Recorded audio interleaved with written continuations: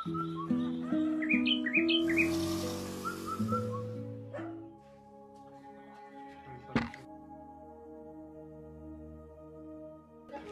কি চলি আছে আম্মা?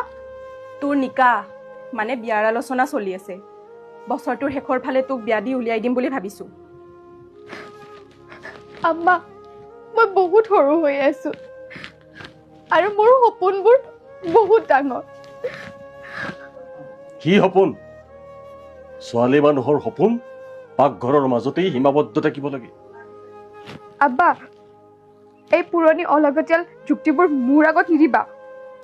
এতিয়া সমাজ সলনি হৈছে, মানুহৰ চিন্তাধাৰা সলনি হৈছে। আগৰ সেইদিন নাই আৰু। এতিয়া নাৰী আৰু পুৰুষ সমান। মোৰ সপোন আছে, পঢ়ি শুনি ডাক্তৰ হ'ব। মোৰ সপোনবোৰ ধ্বংস নকৰিবা। তোমাৰ সপোনবোৰ সপোন হৈয়ে ৰাখা, বাস্তৱলৈ আশা নকৰিবা। মই পুৰণি নীতি নিয়মত চলা মানুহ। তোমাৰ নিকাহ নিশ্চিত। ছোৱালীৰ নাম ফাতিমা বেগম, বয়স 16 বছৰ। আগৰ দিন গ'ল। বাল্য বিবাহৰ দৰে কলা অধ্যায়ক গুৰুত্ব নিদিয়া সেই চৰকাৰ এতিয়া আৰু নাই। এতিয়া সময় ছোৱালীক সবল কৰাৰ। বাল্য বিবাহ বন্ধ কৰক আৰু এখন সুস্থ সমাজ গঢ়ি তোলক।